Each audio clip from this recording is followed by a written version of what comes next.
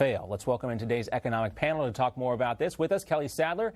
She's the communications director for America First Action, a pro-Trump super PAC. She's also a former special assistant to President Trump. Also with us, Peter Schiff, the president and chief strategist of Euro-Pacific Capital. Peter, Kelly, great to see you both. Peter, first to you. You shared that chart from Deutsche Bank on Twitter, writing this. This just proves what I was saying the entire time these jobs were being created. They were merely a function of the debt bubble, and now that bubble has popped. The jobs are gone too. Really, all those jobs that we created since the Great Recession, they've evaporated?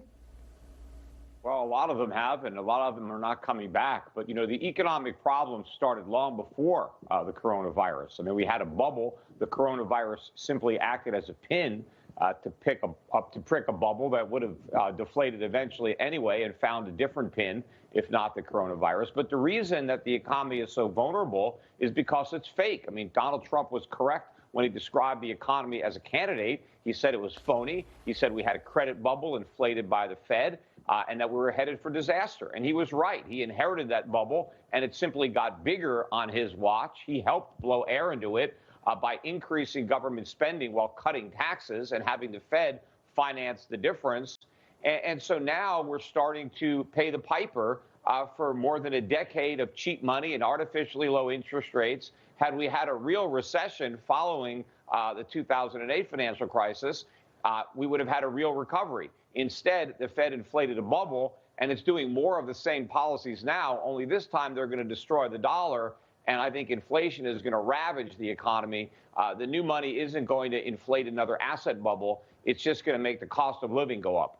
Well, Kelly, President Trump has been very critical of the Fed, but for not lowering interest rates. You know, we found some data that was in a report online. This coming from the U.S. Federal Reserve. It shows that 1 in 10 U.S. adults already struggled with their monthly bills.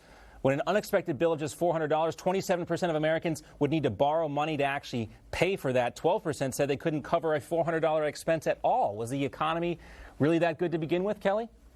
Well, yes, and the economy was firing on all cylinders before the coronavirus. We had more jobs in this country than people to fill them. We had wages increasing every single month for blue-collar employees faster than their supervisors.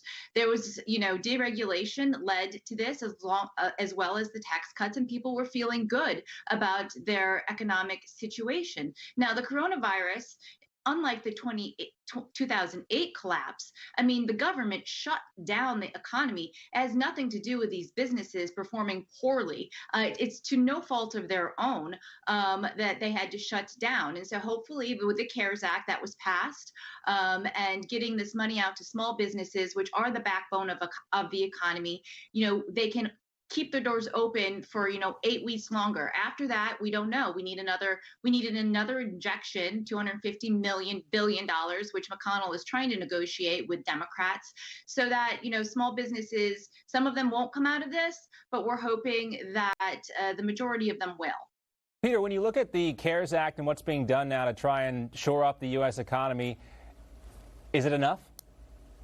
Well, first of all, if anybody cared, they wouldn't have supported the CARES Act. That's only going to make the recession worse and delay the recovery. Look, if we actually had a real strong economy before coronavirus, people wouldn't have been living paycheck to paycheck. People would have ample savings to tide them over.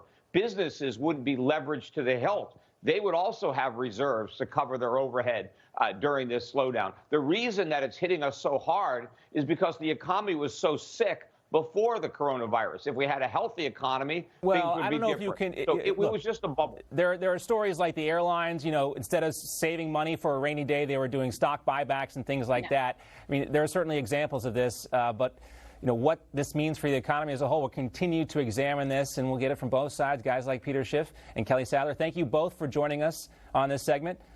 Thank you. We'll see you again real soon. All right.